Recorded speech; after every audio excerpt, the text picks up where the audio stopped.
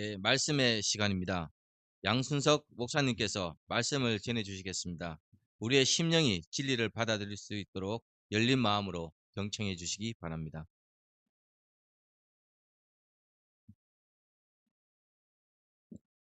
식구 여러분 안녕하십니까? 그리고 이 시간 유튜브로 함께 하시는 식구님, 그리고 크리스천 여러분도 계실 줄로 믿습니다. 반갑습니다.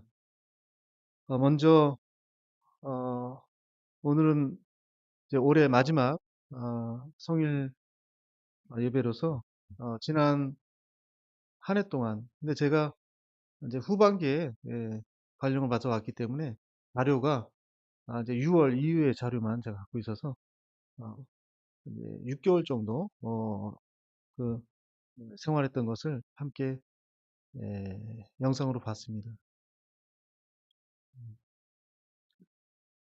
사실 가장 큰 부분이 이제 어머님께서 어,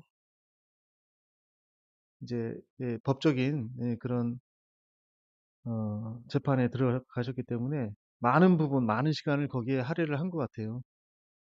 그래서 철야라든가 구치소 행사라든가 그 부분이 많은데 그 이외에도 사실은 이제 더 많은 일이 있었습니다.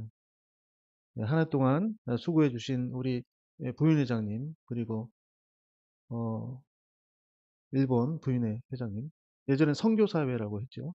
네, 회장님, 두 분께 감사드리고, 또, 한 해가 아니고, 여러 해 동안, 수고해 주신 분들도 많이 계십니다. 그런 분들을 지난주에, 예배 후에, 부서장 회의를 통해서 추천을 받았습니다. 추천을 해주신 분들을, 어, 이제 패를 예쁘게 만들어서 드려야 되는데, 지금은 이제 좀 패가 좀 부담스럽다. 그런 분들이 많이 계세요. 그래서 횟값을 동일봉으로. 예. 손이 부끄러워요, 사실은. 손이 더 많이 드려야 되는데, 이것은, 이게 그렇게, 예, 예, 이 가치로 이게, 따질 수 없는 그런 봉사의 내용인데, 예, 그렇게 드렸습니다. 그 이외에도 사실 더 많은 분들이 보이지 않는 곳에서 봉사를 해 주셔서, 아까 보시는 대로 그 영상의 그런 기회가, 나름대로 잘 돌아간 것 같습니다. 이 시간을 빌어서, 너무너무 감사드리고요. 다 같이 감사의 의미로 큰 박수 한번 부탁드립니다. 감사합니다. 감사합니다. 크리스마스가 이제 지나고요. 한 해가 다 저물어 갑니다. 오늘, 이 시간은 이제는 주님을, 어, 내가 압니다. 라고 하는 제목으로 말씀을 나누겠습니다. 먼저 성경 한 구절을 읽겠습니다. 마가복음인데요. 3장 20절에서 21절. 집에 들어가시니 무리가 다시 모임으로 식사할 겨를도 없는지라. 예수의 친족들이 듣고 그를 붙들러 나오니 이는 그가 미쳤다 하밀러라. 예, 이 상황은요. 예수님이 이제 집회를 하시는 거예요. 예, 그래서 이제 어떤 또 한 집에, 공회당이나 이런 게 그때는 이제 많지 않잖아요. 회당은.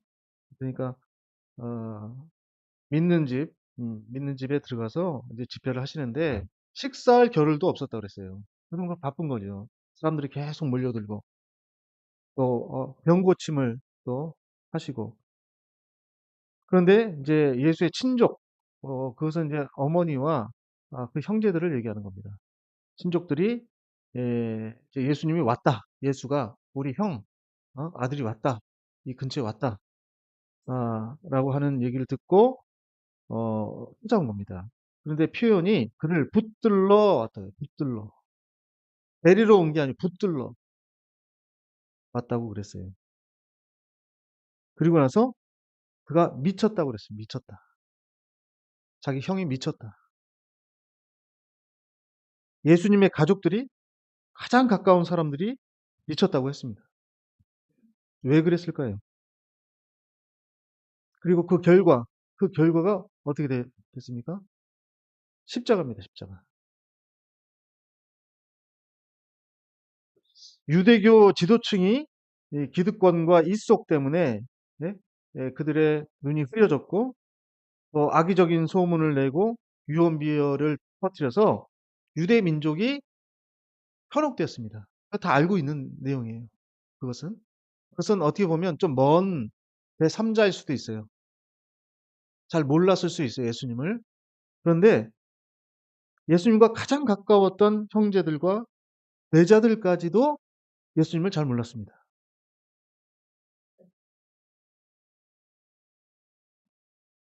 오늘 우리는 그들이 예수님을 몰라본 이유가 무엇인지, 그리고 그것이 어떻게 오늘날 반복되고 있는지를 한번 보겠습니다.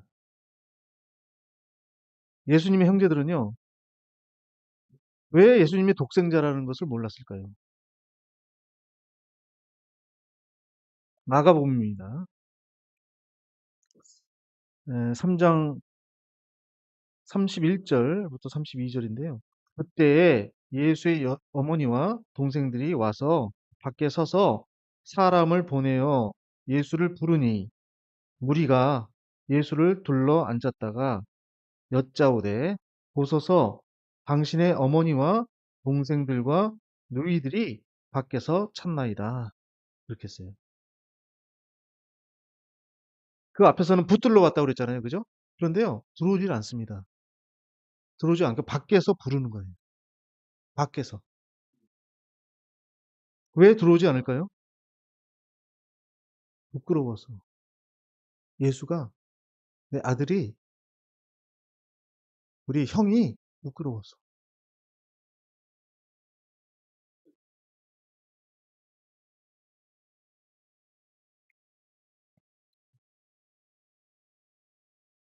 예수님과 형제들은요. 어 20-30년을 같이 살았습니다. 성경에 보면 예수의 남자 형제가 4명 있었고요. 다 동생이죠. 그다음에 여자 형제는 2명 이상으로 나와요. 예수님은 그 형제들에게 평범한 형이었어요. 30년 동안. 같이 일을 하고 먹고 자던 목수일을 했죠. 그죠? 그런데 요셉이 이제 성경에 잘 안 나오거든요. 그러니까 요셉 아버지는 빨리 영계에 간 것 같아요. 예? 아니 거의 안 나오잖아요. 그 후에. 그죠? 그러니까 에, 가장 맞이인 예, 예수님이 가장 역할을 했던 것 같아요. 그 목수일을 대를 이어서 계속 한 거죠.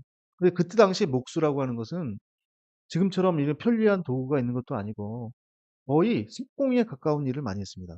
그러니까 무거운 돌을 이제 나르고 깎고 거기다가 이제 에, 그 나무를 또 어, 이제 연결시키고 하는 아주 고된 일이죠.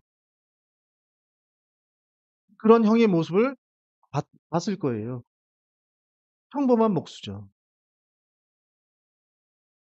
그런데 갑자기 나는 하나님의 아들이다 라고 하는 예수님의 그 선포를 믿을 수가 있겠습니까? 믿을 수가 없는 거죠. 또 한편으로는 생계 걱정도 있었을 거예요.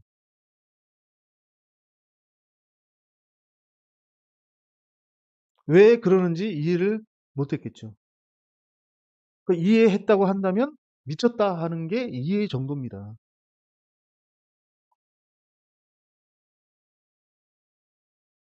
자, 그러면 제자들은 어떠했나요? 독립군 출신 시몬, 예수님을 이용해서 정치적으로 이용해서 이스라엘이 독립하기를 원했습니다.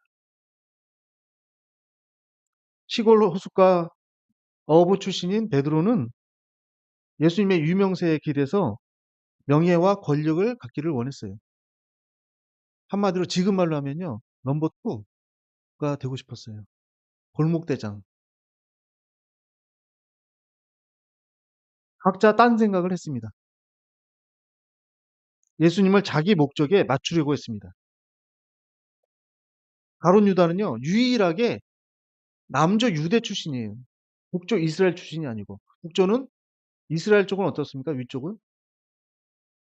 변방이죠, 변방. 예. 그래서 사람들이 굉장히 거칠고 무식해요. 짜 섞였어요, 이방인들과. 그러니까 사마리아 사람이라고 하죠. 같은 유대 민족이라도 사람 취급을 안 했어요. 거기다 전부 세리와 로마 제국에 빌붙어 가지고 세금을 뜯어다가 바치는, 예? 그 세리 출신들, 어부 출신들, 유일한 남조, 이스라엘 출신, 베들레헴이나 예루살렘, 예? 출신이 가룟 유다입니다. 이 사람은요, 셈이 빨랐어요. 그래서 돈꾀를 쥐고 있었어요, 돈꾀를. 예, 결국은 어떻습니까? 예수님을 은 30냥에 팔아먹었죠. 경제적으로 예수님을 이용한 거예요.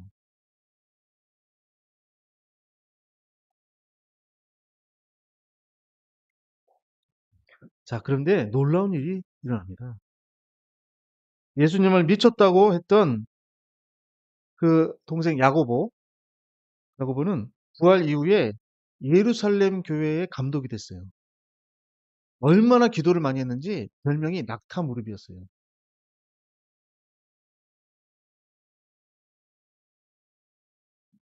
예, 62년에 대제사장 아나누스가 이 야고보를 고발합니다. 그래서 율법 파기자로 몰려가지고 성전 꼭대기에서 던져집니다. 그런데 완전히 죽지 않았거든요. 그러니까 돌로 쳐 죽여요. 그 다음에 또 하나의 동생 유다, 가룟 유다가 아니고요. 유다. 예. 유다는 페르시아까지 갔습니다. 돕게 맞아 죽었어요. 예수님을 미쳤다고 했던 형제들입니다.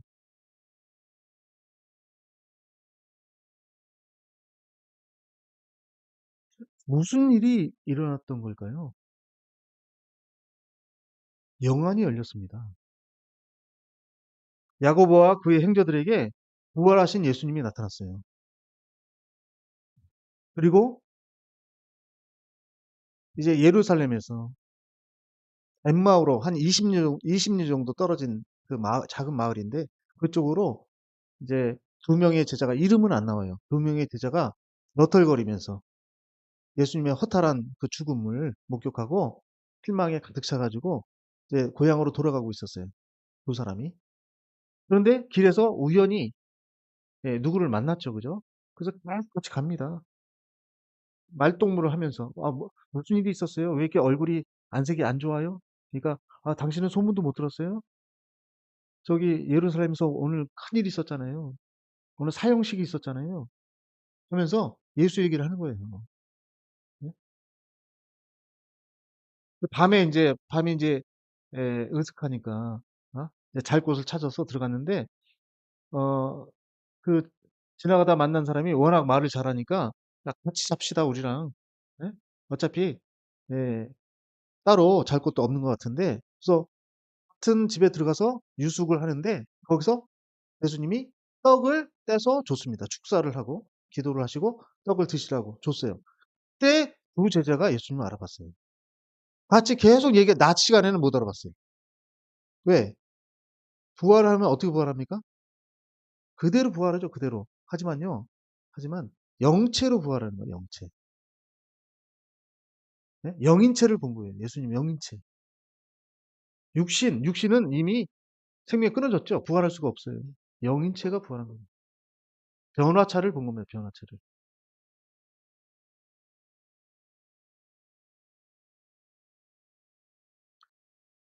영안이 열리고 영의 귀가 열렸습니다. 이것이 신령 역사예요. 그리고요, 마음이 열렸어요. 부활하신 예수님께서 40일 동안 활동을 하시죠. 흩어졌던 제자들을 다 불러 모아요.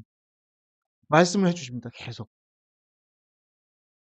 누가복음 24장 45절에 이에 저희 마음을 열어 성경을 깨닫게 하시고 하셨어요. 그 성경은요, 구약 성경입니다. 신약 성경에 있지 않죠. 마음이 열리더니 그동안 보이지 않았던 성경 구절이 눈에 들어옵니다. 진리를 깨닫습니다. 아, 창세기, 창세기에 여자의 후손이라는 게 예수님이었구나. 구름 타고 오는 게 아니구나. 아, 모세가 광야에서 들었던 그 노뱀, 응? 그것이, 야, 예수님이구나. 6월절 어린 양의 피로 이스라엘이 구원을 받는다는 것. 아, 그것이 예수님 십자가의 피구나. 구약 성경 전체가 예수님을 증거하는 책으로 보이는 거예요. 그래서 이 사람들이 각성을 해가지고 자기의 이야기를 남깁니다. 그게 마태, 마가, 누가, 요한복음. 네 개 공관복음이죠. 근데 네 개가요, 똑같아요. 각, 각기 네 사람이 각자 다른 시기에 썼는데도 똑같죠. 그래서 그것을 공관복음이라고 해요.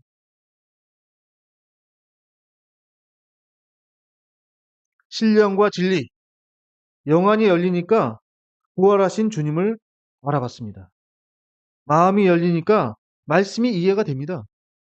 그동안 3년 동안 따라다녔는데도 이해가 안 됐거든요. 자기 입속을 챙겼어요, 다. 다른 생각을 가지고 쫓아다녔어요. 오순절 성령 강림으로 예수님에 대한 확신이 생겼습니다. 그래서 복음서를 기록했고 끊기까지 예수님을 증거했습니다. 더 놀라운 건요. 흩어졌던 제자들이 다 하나가 됐다는 겁니다.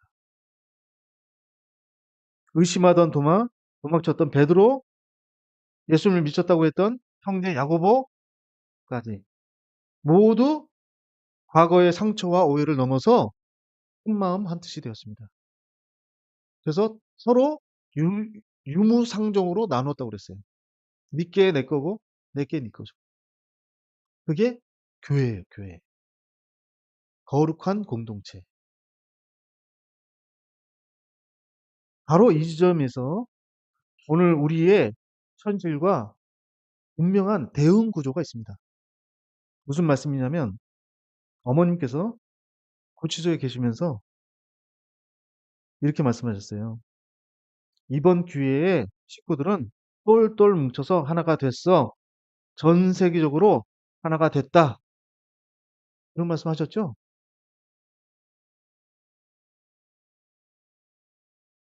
2000년 전 오순절처럼 오늘날에도 영적 십자가의 노정 속에서도 식구들이 하나로 뭉치고 있습니다. 이것은 인간의 힘이 아니에요. 짱 낮은 곳, 짱 비참한 곳, 그 지경에서 도망치기 바쁘죠. 부인하기 바쁘죠. 어떻게 하나가 됩니까?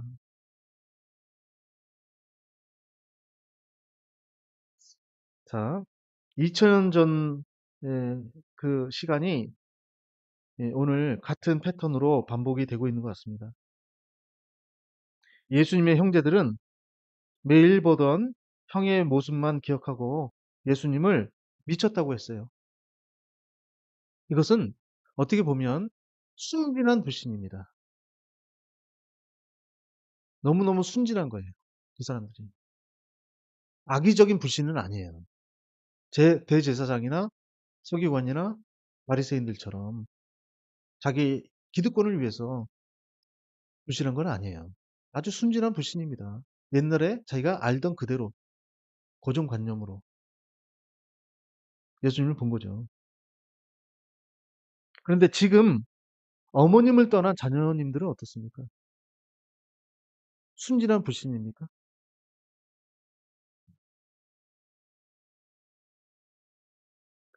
교권과 주도권에 눈이 멀었어요. 눈이 가려졌어요. 세상에 대충이라는 게 없습니다.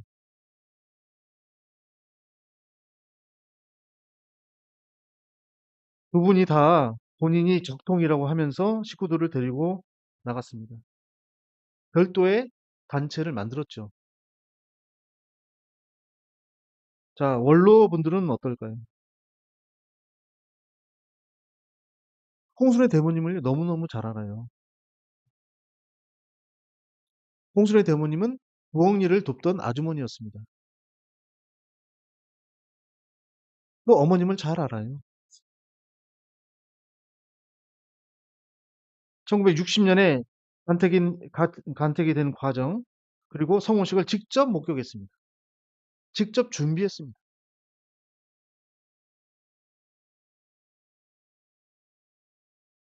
1960년대, 70년대 참 어머님께서 참 아버님께 축복을 받고 훈련 받으시는 모습 다 봤습니다. 80년대, 90년대는 아버님을 보필해서 세계 순회를 하던 모습들 다 봤습니다. 내조하는 아내, 마치 계셔도 없는 것처럼 그림자 같은 존재였어요. 그 모습을 다 기억합니다. 그런데 식구님, 어머님은요, 스스로가 누군지 몰라서 침묵하신 게 아닙니다. 2015년 11월 23일이에요. 제가 한 번 말씀드린 것 같은데, 10년 전이죠. 제가 옆에 교구에 예, 사무국장을 하고 있을 때 채권 이익이 들어와라 해서 제가 갔었어요. 그때 청신 베이커리라고 있었습니다. 커피숍이. 거기서 이제 탑건 이기들에게 어머님께서 말씀을 하셨거든요. 한 말씀이 뭐냐면 내가 60년을 참았다. 그러면 2015년부터 60년이니까요. 거슬러 올라가면 언제입니까, 이게? 55년이에요. 55년에 무슨 일이 있었나요? 어머님이 만 12세입니다. 초등학교 졸업하시고요. 본부교회 오셔가지고 아버님께 인사를 드렸어요. 처음으로. 그랬더니 아버님 뭐라고 그랬어요? 한학자가 대한민국에 났다. 세 번 반복하셨습니다. 세 번. 한학자가 대한민국에 났다. 마지막 말씀이 한학자 희생해야지 그 말씀을 남겼어요. 12살짜리에게.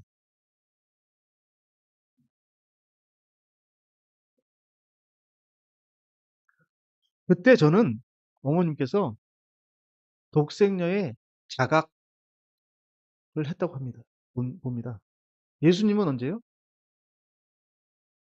예수님은 예루살렘 성에 미아가 됐을 때 3일 동안 성지순례 갔다가 가족들은 다 집으로 돌아갔죠.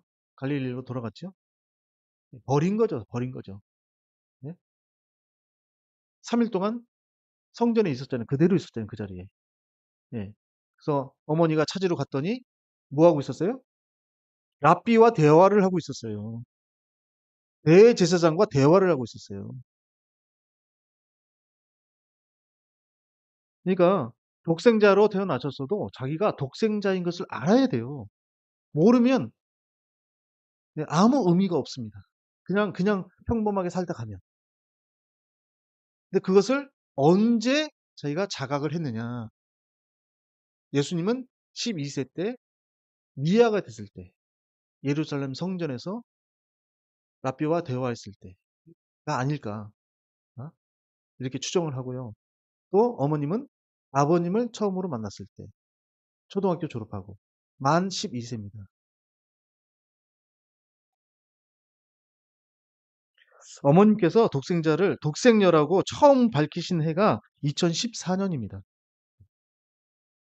그 해 12월 25일 미국에서 목사들을 초청해서 크리스마스 행사를 하셨어요. 이 자리에서 미국 목사들에게 처음으로 말씀하셨습니다.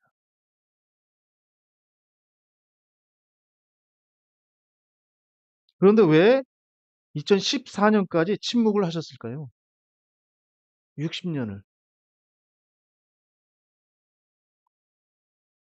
아버님의 노정을 완성해 드리기 위해서 그랬던 겁니다. 아버님의 노정이 있어요. 아버님은 기독교를 복귀할 책임 분담이 있습니다. 그 위에 성혼식을 해야 돼요. 그런데 그것이 안 됐기 때문에 아시는 바대로 예, 고생을 많이 하셨죠. 흥남 감옥까지 가시고.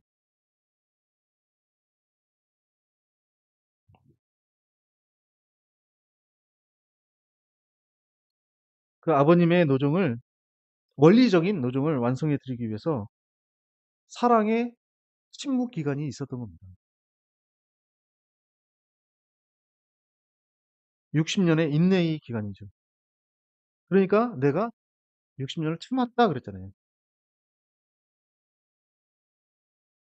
그런데 원로분들은 이 사랑의 침묵 기간, 이 수동적인 모습만을 기억하고 복생년을 알아보지 못했습니다.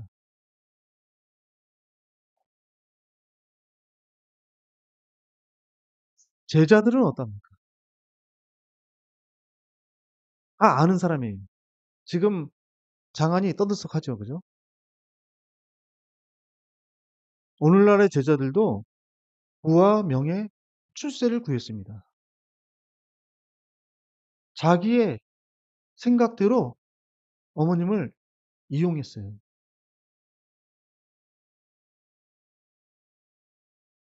예수님 당시의 제자들과 본질적으로 다른 게 없습니다.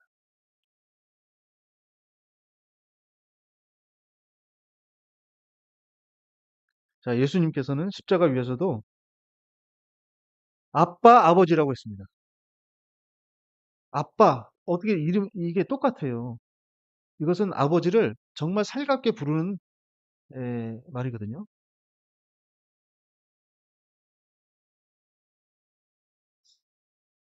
이것은 종의 신앙에서 자녀의 신앙으로의 전환입니다. 그런데 예수님께서 그 전에 십자가에 달리시기 전에도 계속 가르치셨습니다. 마태복음 6장 9절에 너희들은 이렇게 기도해라. 주기도문이죠. 거기에 하늘에 계신 우리 아버지여 하면서 기도해라 알려줬어요. 구약시대 사람들은 하나님을 여호와라고 불렀습니다. 그런데 정말 두렵고 떨리는 순간이에요. 여호와라고 부를 때는. 왜냐? 십계명에 하나님의 이름을 함부로 부르지 말라고 그랬거든요. 저희가 예전에는요. 저희가 아버지, 어머니 이름을 불렀습니까? 안 불렀어요. 부를 때 어떻게 불러요? 너희 아버지는 누구시냐? 그러면 뭐라 그래요? 양자, 으자, 언자입니다. 이렇게 했죠. 함부로 못 불렀어요. 불과 몇십 년 전에도 조선시대는 말할 것도 없죠. 그래서 호를 불러요. 예? 노송입니다. 뭐 이런 식으로 뭐 그죠? 이름을 안 부르는 거예요. 하나님의 이름을 어떻게 부릅니까? 친구입니까? 벼락 맞아 죽어요. 그래서 이 사람들이 공리를 합니다. 뭐 어떡하지? 예? 그러다가 생각해낸 게 아도나이예요. 주님, 주님이라고 부르는 게 가장 많죠. 그러니까 신앙이 규종 관계가 돼 버렸어요. 율법을 그대로 따르는.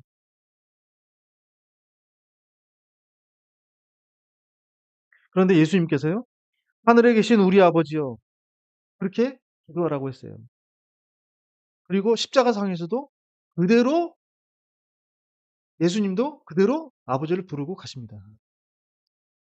본인이 살면서도 하늘 아버지의 모습을 그대로 보여줬어요.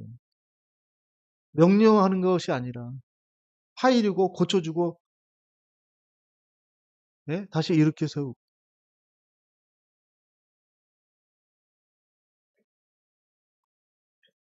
자, 2025년 대한민국 서울에서 참 어머니께서는 법정에 나가셔서 시간 동안 최후 진술하십시오 하니까 복생여론을 말씀하셨습니다. 1시간 동안. 그리고 그 이전에 참 어머니께서는 2020 이후에 하늘 어머니를 처음으로 말씀하셨습니다. 그리고 이름을 우리 전체를 포괄하는 전체 섭리기관을 포괄해서 그 이름을 하늘 부모님 성회로 정해 주셨어요. 하늘 부모님, 하늘 어머니를 알려주시고 하늘 아버지와 함께 하늘 부모님 성회다. 그렇게 이름을 지어주셨습니다. 그게 2020이에요.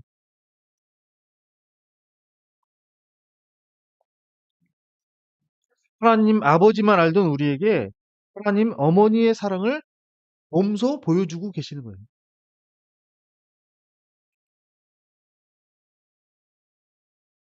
식구님 여러분, 패러다임이라는 말을 아십니까? 더러 패러다임의 대전환 이렇게 이제 같이 쓰죠. 많이 쓰는 말이에요. 제가 쉽게 설명을 해드릴게요.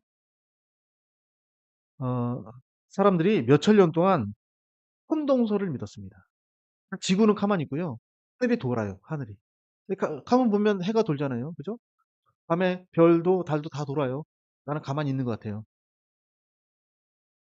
그런데 1543년에 코페르니쿠스가 지동설을 들고 나왔습니다. 이 사람은 성직자예요. 가톨릭 성직자. 그 사람들은요, 미쳤다고 그랬어요. 그래서 이 사람이 어떻게 한지 아십니까? 책을 냈는데, 책을, 예? 듣기 바로 직전에 냈어요. 예? 이단으로 몰릴까봐. 몇 년 후에 한 50년이 지나서 브루노라는 사람이 나왔습니다. 이 사람이 다시 코페르니쿠스의 지동설, 하늘이 도는 게 아니고 태양이 도는 게 아니고 지구가 태양 주위를 돈다. 그 얘기를 또 얘기합니다. 어떻게 됐을까요? 화형당했어요. 그 뒤에 갈릴레오 갈릴레이, 그 유명한 사람이죠. 똑같은 얘기를 했어요. 어떻게 됐어요? 종교 심판받고 가택 연금됐습니다.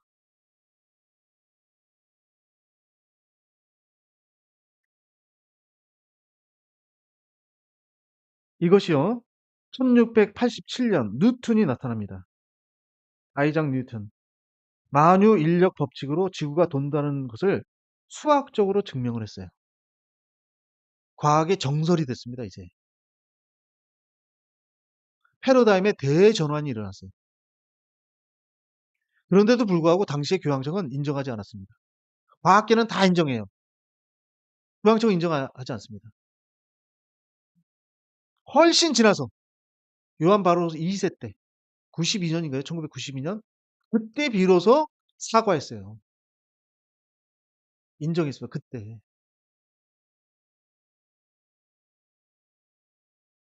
그러면 이 패러다임이 바뀌었는데 천동설을 믿다가 이제 지동설을 믿게 됐잖아요. 어떤 상관이 있어요, 우리하고는? 그냥 지식이 그냥 바뀐 건가요? 아닙니다. 진실을 바뀌었죠. 그죠? 삶도 달라졌어요. 삶. 그러니까 우리가 천동설이라고 하는 그런 관점에서 우주를 보면 정확한 우주 계측이 안 됩니다. 네? 그게 사실이 아니기 때문에, 진실이 아니기 때문에. 그러니까 길을 잃어버려도 지도를 놓고 봐도 정확한 위치를 찾아갈 수가 없어요. 별을 보고 찾아가는 거예요. 별을 보고. 네? 그 관점이 틀렸기 때문에. 지금은 어떻습니까? 정확히 계측을 해요, 우주를. 그래서 인공위성을 띄웁니다.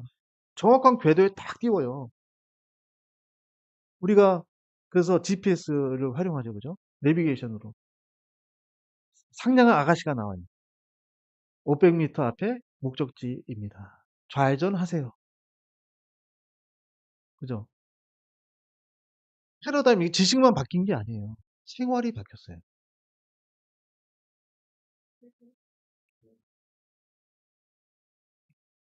이것이 패러다임 전환의 힘입니다.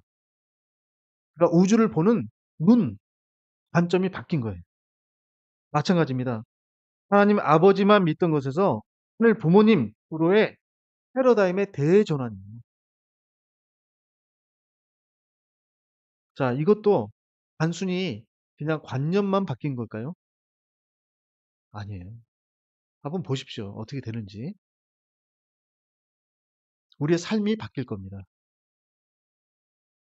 영적으로 보면 아버지만 있으면 어때요?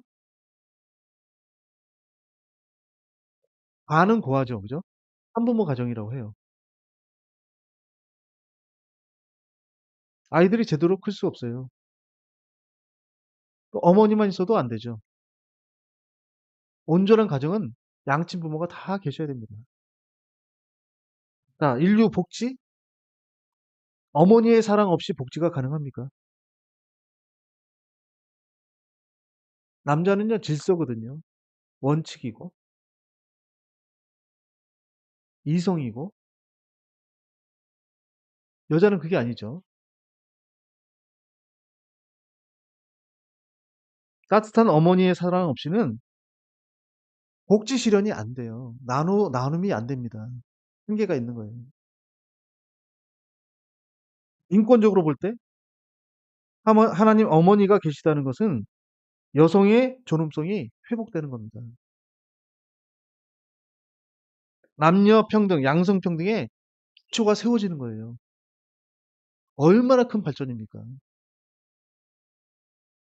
지금 회사 다니면 회사 안 다니는 사람이 없죠. 그죠? 근데 공무원이나 일반 어 뭐 공사나 이런 데는 몰라도 사기업은요 전부 임금의 차이가 있어요. 남녀 임금의 차이가. 왜 그래요? 여자들은 뭐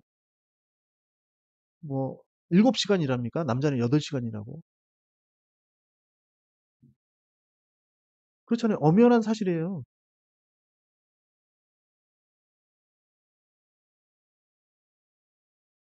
시대적인 요청입니다. 폭력, 투쟁, 패권 전쟁 이런 것을 어떻게 치유하느냐. 관점이 바뀌어야 돼요. 관점. 보는 관점. 세상을 보는 관점. 하나님 어머니의 포용으로 생명력으로 치유할 수가 있습니다.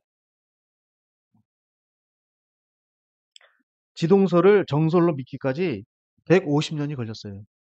그것을 또 교회 당국에서 인정하는데 더 많은 시간이 걸렸습니다. 그러면 하늘 어머니를 믿고 하늘 부모님을 믿는데 시간이 얼마나 걸릴 것인가? 빨리 되겠습니까? 우리에게 달렸어요. 우리에게. 왜냐면 시대가 다르기 때문에 그래요. 자, 구체적으로 한번 봅시다. 일단 독생녀에 대해서요. 어머님이 스스로 내가 독생녀다. 그러니까 예수님이 내가 독생자다 하는 것을 알아야 돼요. 자기 스스로의 자각. 그 언제라고요? 12세. 예? 그 계기가 아버님을 뵀을 때, 영적으로 굉장히 밝은 분을 만났을 때, 예수님이 랍비를 만났을 때처럼. 그 다음에 실천적인 정체성이 있어야 됩니다. 자기 선포를 하고 활동을 해야 돼요. 그렇게 살아야 돼. 그죠? 그것은 섭리의 때에 맞춰야 됩니다. 그래서 예수님도 그랬어요. 아직 나의 때가 이르지 아니하였나이다. 베드로에게 물어봤어요. 예수님이. 그러니까 사람들이 나를 보고 뭐라고 하더냐? 때로는 선생이라고 하고, 때로는 랍비라고들 하고 하더이다. 예언자라고 하더이다. 그러면 너는 나를 뭐라고 생각하느냐? 했어요. 베드로에게. 베드로가요. 하나님의 아들이십니다. 그랬어요. 예수님이요. 입이 귀에 걸렸습니다. 너무너무 좋아가지고. 그럼 뭐라 그래요? 아무에게도 얘기하지 말라. 왜요? 때가 되지 않은 거예요. 마찬가지예요. 섭리적인 때가 있는 거죠. 그리고 무엇보다도 보내심을 받아야 됩니다. 핵심적인 정체성이에요. 자기가 잘나서 뭘 많이 해서 선포한다고? 네? 그거는 후천적인 거죠. 후천적. 선천적으로 보내셔야 돼요. 하나님이 준비해서 보내셔야 돼요. 선천적으로. 그러니까 그것은 인류 역사 6천년, 성경 역사 6천년, 기독교 역사 2천년을 다 꿰고 있어야 돼요. 거기에 맞아떨어져야 돼요. 예수님 보내시기까지 어떤 수고를 하셨는지, 하나님이 독생자를 준비해 보내시기까지 어떤 수고를 하셨는지, 그게 맞아떨어져야 돼요. 그래서 계속 그런 말씀 하시잖아요. 청교도가 큰 역할을 했다. 그 말씀 하시죠. 그 전에 또 말씀하시죠. 그 전에 말씀하시죠. 계속. 칼뱅 얘기하시고.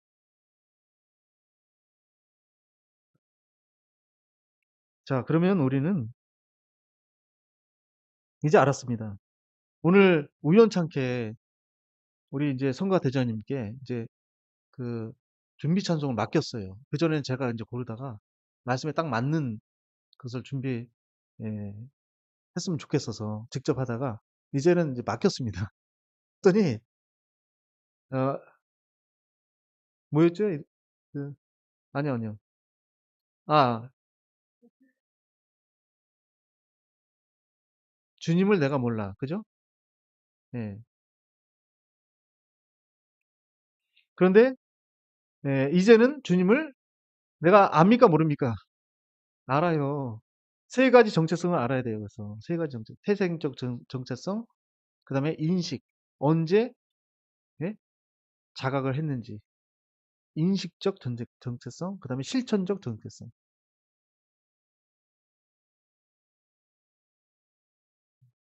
이제, 예, 이 진리를 이제 알려야 됩니다. 제가, 이제 뉴스를 보다 보니, 저는 뉴스를 안 보는데, 이제 스마트폰으로 이제 이렇게 뉴스를 보다 보니까, 대전에 성심당이라고 있습니까? 저는 몰라요. 예, 거기에 딸기 케이크 그렇게 맛있대요. 그렇게 또 가성비가 좋답니다. 가장 비싼 게 52,000원. 예? 가장 비싼 게.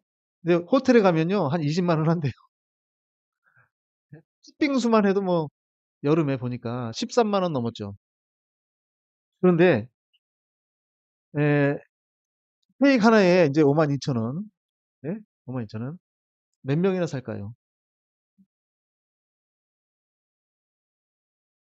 예? 못 사서 난립니다. 못 사서. 예? 이 건물을 뱅뱅뱅 몇 겹을 에워싸요. 몇 겹을. 줄 설 데가 없어가지고. 5시간을 기다려요. 5시간. 그래서 사람을 사서 보내. 알바를 써요. 그거 좀 사달라. 알바비를 주고 사요. 한 사람당 하나밖에 안 팝니다. 사서요, 뭐예요? 네, 팔아요. 20만 원에. 20만 원에. 그러니까 암표 팔듯이.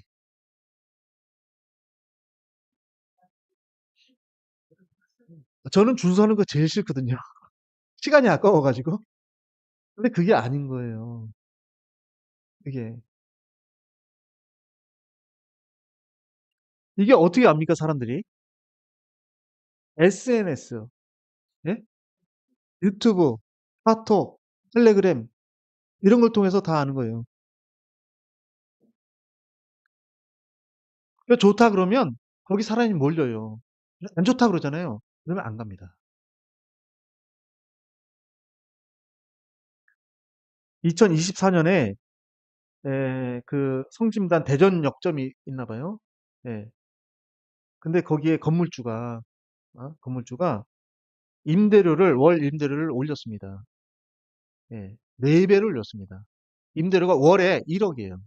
월 1억. 매출이 맞나 봐요. 1억. 그런데 이것을 4억 4,100만 원. 월. 예? 나가라는 얘기죠. 나가라. 이거 안 내면 나가라. 그거 어때요? 난리가 났어요. 누가요? 일반 평범한 젊은이들이 난리가 났어요. 이거 갑질 아니냐. 갑질. 뭘 했다고, 건물주가 뭘 했는데. 바뀐 게 있습니까? 하나도 없어요. 바뀐 게. 뭐 서비스를 더 했어요, 건물주가? 안 했어요. 스테.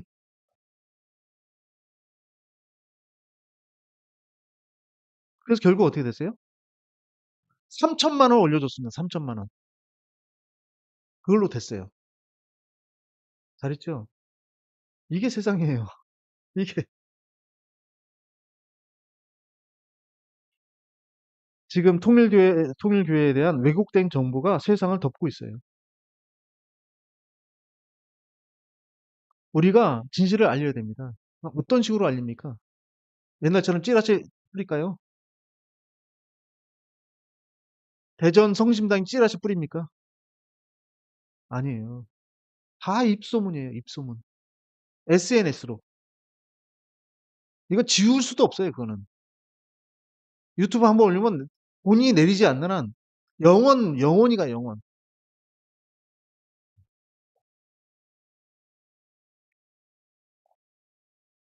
자, 우리가 이게 어려운 게 아닙니다. 우리 식구님들이 카카오톡으로, 그 다음에 젊은 친구들은 텔레그램으로 알리면 돼요. 워낙 많은 왜곡된 정보가 있기 때문에 우리께 묻혀버립니다, 그냥. 물속에 빠진 듯이 그냥 흔적이 없어요. 그러니까 우리가 계속 꾸준하게 많은 정보를 만들어내야 됩니다. 올바른 정보를. 그러니까 기사를 읽어보면 그럴듯해요, 사실은. 근데 그것은 진짜 잘 모르는 사람 입장입니다. 전문가 입장에서 어떤 한 주제를 놓고 기사가 나온 걸 보잖아요. 그러면 부족해요. 많이 부족해요. 네. 전체를 보여주질 않아요. 어떤 한 면만 보여줍니다. 근데 전문가가 많지 않죠. 거의 대부분 가십거리잖아요. 예? 스트레스 해소용. 경제가 안 좋아도 어떤 스트레스 해소용으로 뭘 찾고 그런 가십거리로 쓰기 때문에 사람들이 거기에 현혹이 됩니다. 그런데 진실은 남아요. 다 가라앉거든요. 그건 다 가라앉아요. 그렇기 때문에 우리가 진실된 정보를 많이 양산을 해야 됩니다. 자, 이제는 달라져야 됩니다. 신령과 진리로 명안이 열려서 독생녀를 알아보고 또 핵심 가운데 증거하는 증인이 되어야 되겠습니다. 이전에 주님을 내가 몰랐으나 이제는 우리는 주님을 압니다. 재림 주님과 독생녀로 완성된 참부모의 진리를 증거해야 되겠습니다. 이것이 크리스마스의 참된 의미이고요. 예수님의 2000년 한을 푸는 길이고 지금 영적 십자가 노정을 가고 계시는 독생녀의 한을 끝내는 길입니다. 우리 식구님들이 정성의 정성을 모으고 있습니다. 이것이 하늘 부모님께 상달이 돼서 어머님의 무사귀환 건강하시게 다시 회복되시고 저희 앞에서 당당하게 서셔서 축승회, 환영회 하는 그 케이크를 같이 커팅하는 그 날이 어떻게 오기를 바랍니다. 감사합니다.